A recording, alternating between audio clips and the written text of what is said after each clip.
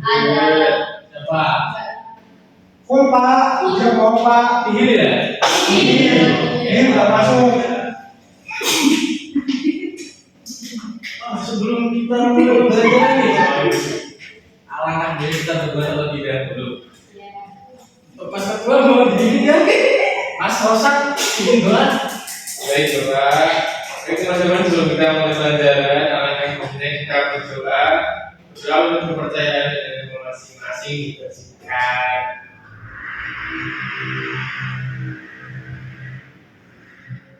Baik, berdoa selesai. Sebelum kita mulai pembelajaran nih, baiknya kita bernyanyi terlebih dahulu. Dan tujuannya?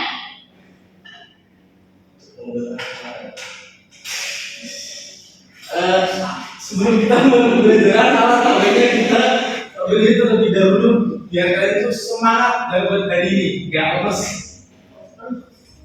Oke, semua bisa berdiri ya. Ganti sepatu. Berdiri yuk. Ya. Kamu itu nggak boleh kayak gitu.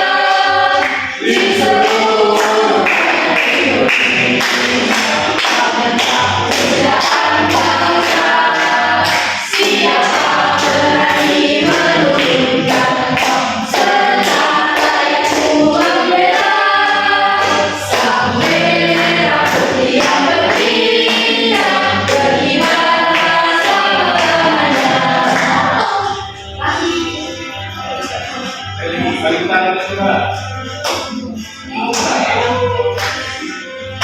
Berdirilah Indonesia, bersedia serialah, menyuarakan segenap tenaga, supaya kau tetap cemerlang.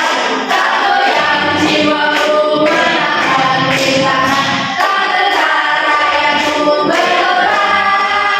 Sang merah putih yang berkilau, berkibarlah sama-samanya.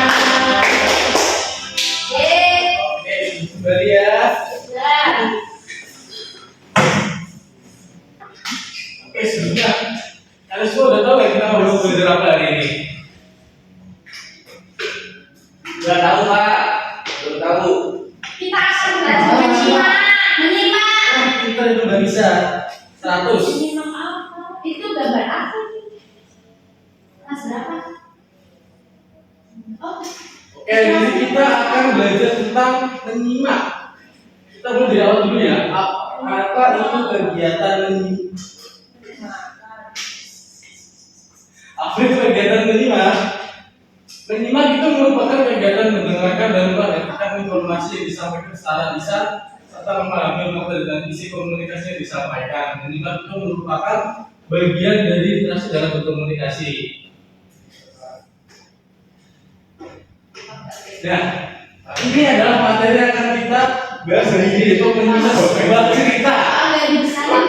Pak, yang kelihatan Pak. Ya sabar Mas, sabar. Aduh, gimana ini?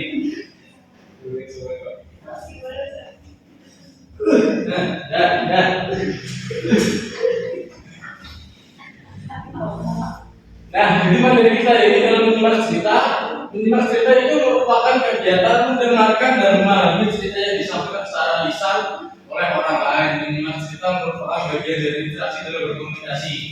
Gua mau tanya nih, kalian pernah dengar cerita kan? Pernah. Nah, kita apa yang kita cerita dengarkan? Musik. Itu bercerita Mas, itu juga Mas. Putri Salju. Putri Salju, cerita horor Kak, cerita horor. Paling tunggal. Dan di kamu Mas. Jadi dong, karena rame. Ketiga paling muda, terus ada apa lagi? Anjing. Timun Mas. Timun Mas. Paling tunggal. semangat ya. Habis di sini ada bagaimana cara melihatnya dengan juga benar. Oke Mas. Bukan. Baik. Baik Mas Fatur sudah dibahasakan cara menyimak yang benar juga yang benar. Baik Pak, menyimak.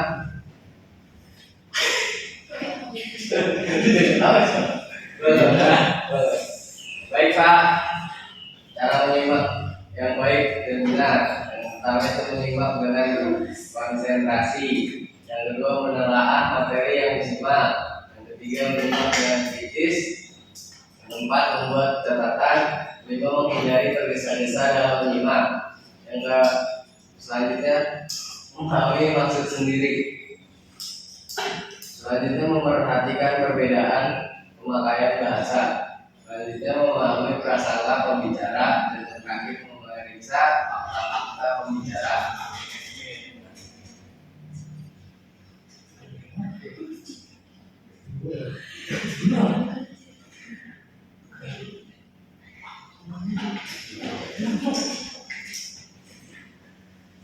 Oke, saja di sini ada nilai moral dalam suatu cerita. Nilai moral dalam cerita rakyat adalah ajaran, pedoman ataupun pesan kebaikan yang terkandung dalam sebuah cerita rakyat yang dapat dijadikan sebagai panduan berperilaku dan dalam kehidupan sehari-hari. Nilai moral ini merupakan cerminan dari norma-norma adat istiadat, kepercayaan dan juga pandangan hidup masyarakat yang diwariskan secara turun-temurun melalui cerita rakyat. Ini ada karakteristik nilai-nilai moral dalam cerita rakyat. Yang pertama adalah universal, itu nilai moral yang terkandung bersifat universal dan dapat diterapkan oleh siapa saja, yang dimana saja juga kapan saja. Yang kedua adalah edukatif, itu berfungsi sebagai media pendidikan. Yang ketiga adalah normatif, mengandung aturan dan norma. Yang keempat adalah adat kultural, itu mencerminkan nilai-nilai budaya dan kearifan orang masyarakat pemilik cerita tersebut. Maksudnya ada hubungan sebab akibat. Mas Budi sudah membacakan. Pak, saya ragu Pak, nggak kelihatan Pak. Saya Mas.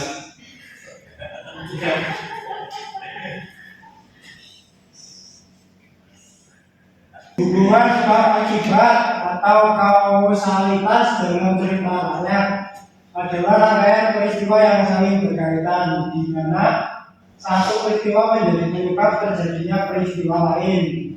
Hubungan ini merupakan elemen penting yang membangun alur cerita dan memberikan logika pada jalan cerita. Bagus.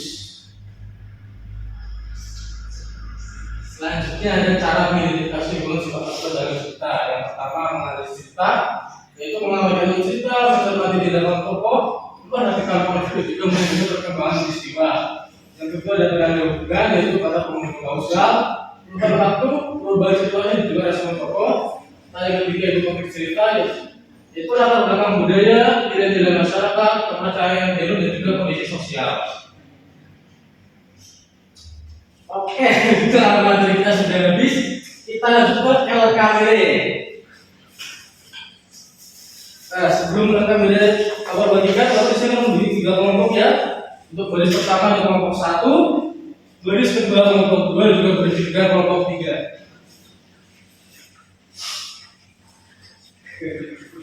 Anak-anak, jadi di sini ada cara. Di sini Bapak akan menjelaskan tentang bagaimana cara pengerjaan LKPD ini. Yang pertama, bekerja secara berkelompok sesuai dengan pembagian. Di sini nanti Bapak akan menyampaikan sebuah cerita di sini ya. Nanti tadi bisa kalian dan juga kalian berjalan untuk soal-soal yang ada di LKPD tersebut.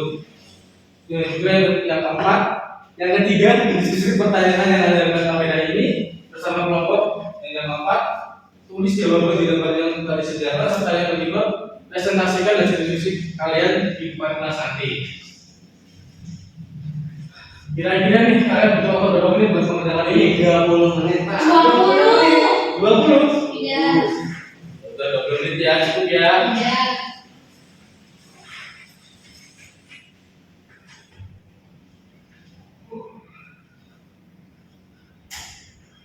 Oke, bisa kalian siap ya untuk menentukan tayangan yang ada di LKPD itu. Terdapat sebuah kerajaan di Jawa Barat yang bernama Kesultanan Karta Surabaya. Kerajaan tersebut dipimpin oleh seorang raja yang dikenal dengan nama Sultan Kartasura. Pada suatu hari, sang sultan telah dilanda kesedihan yang mendalam karena sang permaisuri tercinta saat itu telah sakit keras. Sang sultan sudah berusaha memanggil yang kami terbaik dari setiap sudut daerah untuk mengobati istrinya. Namun tak ada satu tabib yang berhasil mengobati penyakit misterius itu. Hari demi hari tubuh sang permaisuri menjadi semakin lemah dan kurus kering layaknya tulang berlalu kulit. Tak hanya membuat sang raja bersedih kesehatan permaisuri, juga membuat cemas seluruh rakyat Kesultanan Kartasura. Apalagi dalam pemerintahan tak lagi berjalan dengan normal sebagaimana mestinya, para penasehat istana pun akhirnya berdiskusi dan berusaha memberikan solusi kepada sang raja. Tuan membantu raja hamba, sarankan pada tuanmu agar mencari tempat yang sepi di sana. Mintalah sang Maha Agung untuk memberikan petunjuk untuk kesembuhan permaisuri. Setelah merasa kalau ia tak lagi memiliki pilihan lain untuk menyembuhkan istri tercintanya akhirnya, sang sultan pun memerintahkan para pengawalnya untuk menyiapkan pertapaan keesokan harinya. Sang sultan menuju ke sebuah tempat sepi untuk bertapa. Ia bisa dengan mudah melewati segala godaan yang datang mengakhirinya selama berhari-hari hingga pada akhirnya. Suatu hari ia mendengar suara tepat di telinga hatinya, wahai raja, kalau memang kau ingin menyembuhkan permaisurinya, yaitu ambillah bunga di karang pantai selatan dan gunakanlah itu sebagai obat untuk permen. Keesokannya, sang raja menugaskan Adipati Surti untuk mengambil bunga karang tersebut.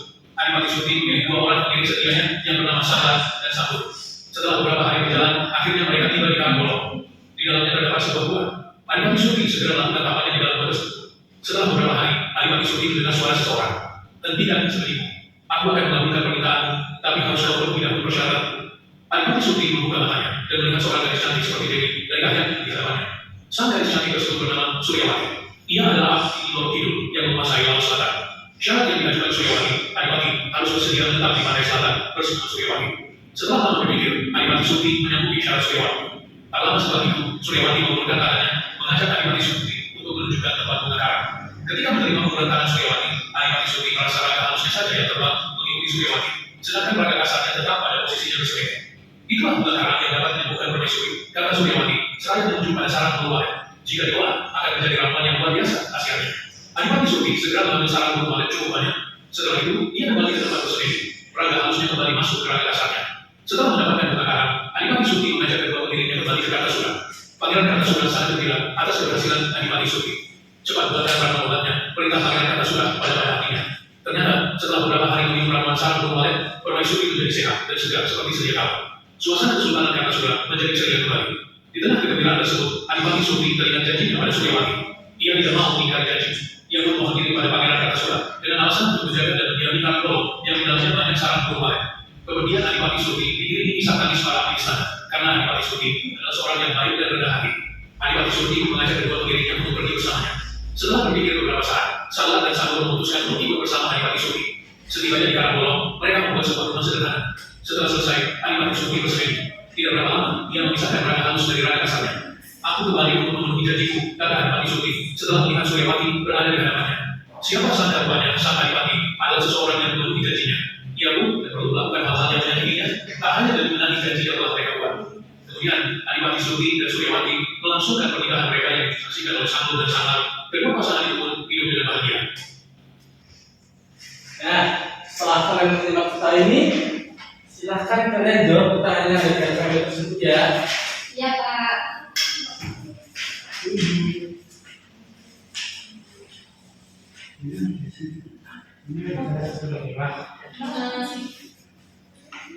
Pak, kalau nilai moral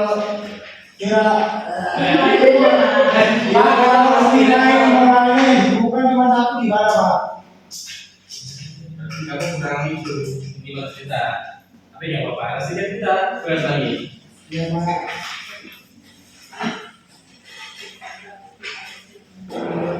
Satu. Di sini kita ada ya. Kalau dengan gampang.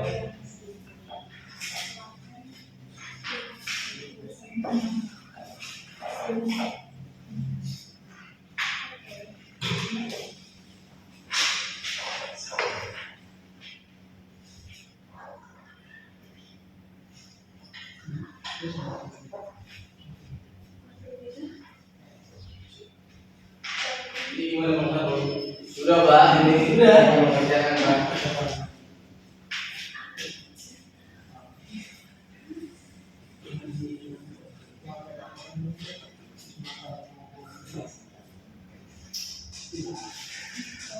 Baiklah teman-teman, kalau kalian sudah selesai mengerjakan KBD, Sudah. sudah.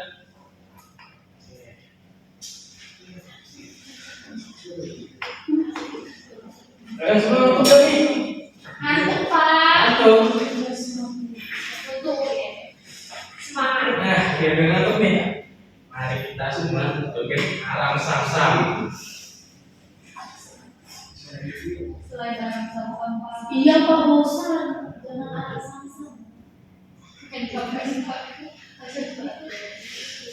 Breaking gitu kan, tapi jangan ada sama-sama.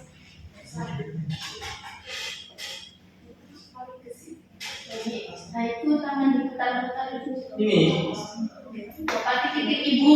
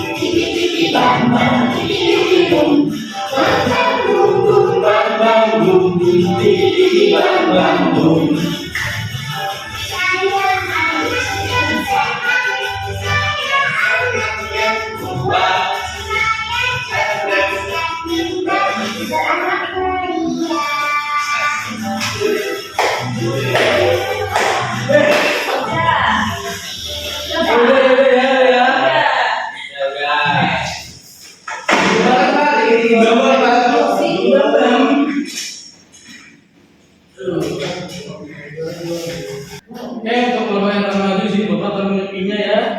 Ya Pak. Ayo ready kids. Ready. Ready. Kita namanya Siva. Jangan dong bilang buat kecil teman. Ya si Jin.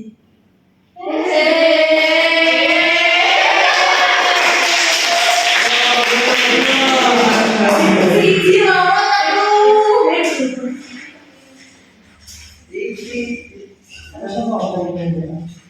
Ini loh.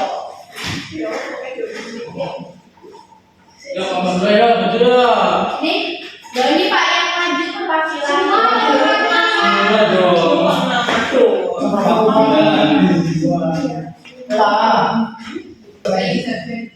Perkenalkan nama saya Mardi. Perkenalkan nama saya Pani. Saya Maisaro. Oke, Bapak berdua silakan dipresentasikan dari sini. Ya, Saya ulang. Bapak, Itu secara jangan tahu ya. Perkenalkan nama saya Mardi. Perkenalkan nama saya Pani. Perkenalkan nama saya Maisaro. Oh iya. Oh, bisa. Yani. Ya, Maisaro. Siap. Perkenalkan nama saya Mardi.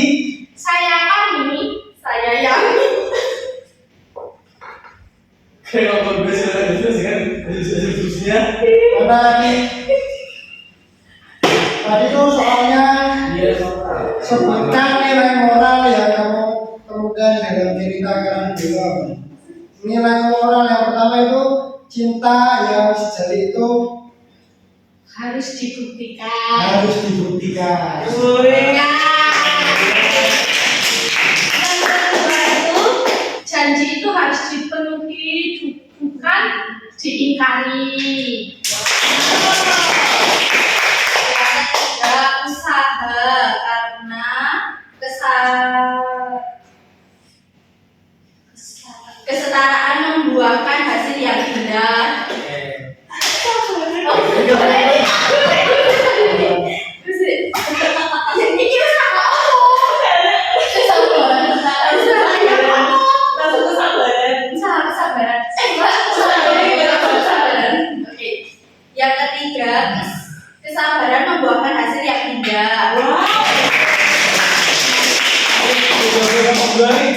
Ada yang berbeda nggak? Atau sama semua jawabannya? Sama Pak. Tak siapa? Kasih apa dia? Kasih ya Pak.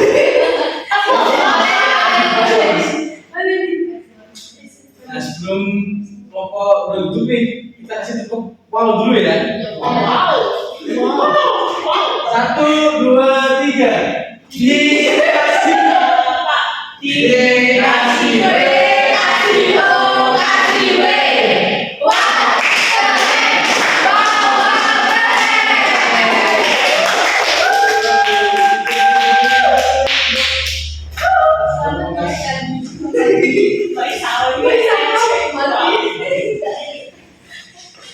Kalau lagi itu apa aja?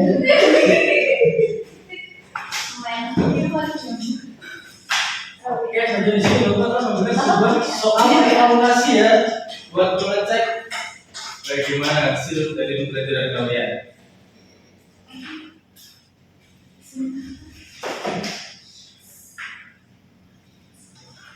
Mas, jangan mengaku mas.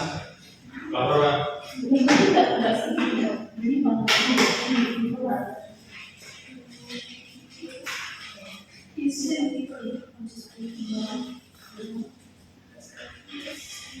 Untuk pengerjaannya ini mandiri ya, jangan lihat teman di sampingnya, kerjakan secara mandiri. Karena jika bapak tidak melihat kalian perfect, maka Allah yang melihat. Kira-kira betul berapa menit nih buat pengerjaan ini? 15. Iya, iya, Pak. Sudah 15 ya, bapak tunggu ya. Iya. Menurut gue jawabannya apa ya, Pak? Jawabannya Pak, ini nomor 3 kayaknya ada jawabannya deh, Pak. nomor 3. Iya. Emang iya ya? Iya, iya, Pak. Kan 1, 2, 3, 4, 5. Satu, ini 2 dan 5. Harusnya jawabannya apa sama soalnya? Ini bapak salah cek ya. Iya. Kalau bapak, bapak berusin aja ya. Nomor 3 berus ya anak-anak. Ya. Oke, akan lanjut berjalan. Kenapa soalnya sedikit banget, Pak? Itu kalau soal sedikit, jawabannya itu susah. Ya, kalau 6,7 banyak banget, Pak. Jawabannya saya capek. Mau pasang sekolah nggak dapat uang. Senjata sosial.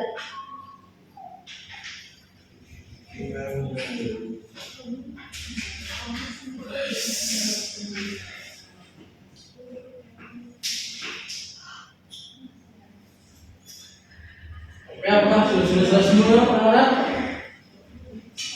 Apakah sudah selesai semua anak-anak?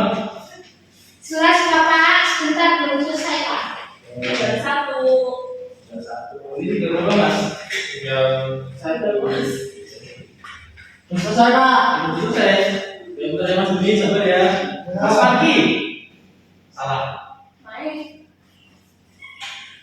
Nama pun. Yang dari. Ini yang pakai sama pas ya. Empat. Yes.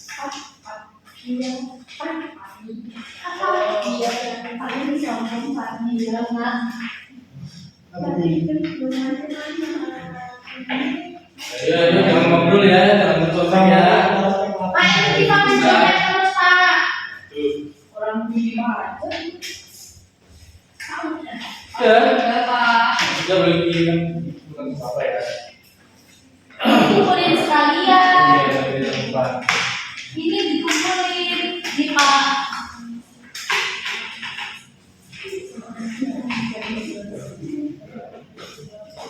Mas. Enggak dibantu.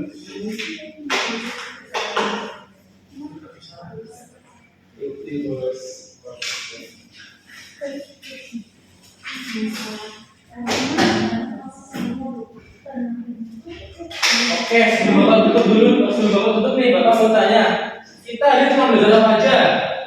Menyimak. Menyimak terus ada apa lagi? Cerita rakyat. Cerita rakyat, hubungan sebuah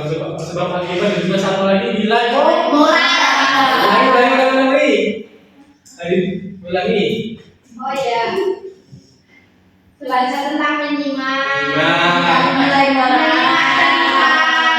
Dari awal menyimak cerita rakyat. Iya. Oke. Jadi kalian teman-teman sini sudah paham semua ya tentang menyimak cerita ya. Sudah. Kalau begitu kita akhiri pertemuan dari ini. Sebelum kita pulang ke rumah masing-masing, maka kita berdoa terlebih dahulu ya. Silakan untuk ketua kelas bisa memimpin doa sebelum kita pulang. Baik teman-teman, sebelum kita pulang, mari kita berdoa menurut kepercayaan agama di masing-masing. Baik, doa dimulai. Baik, berdoa selesai. Pulang. Baik, terima kasih untuk hari ini. Selamat sore. Assalamualaikum warahmatullahi wabarakatuh.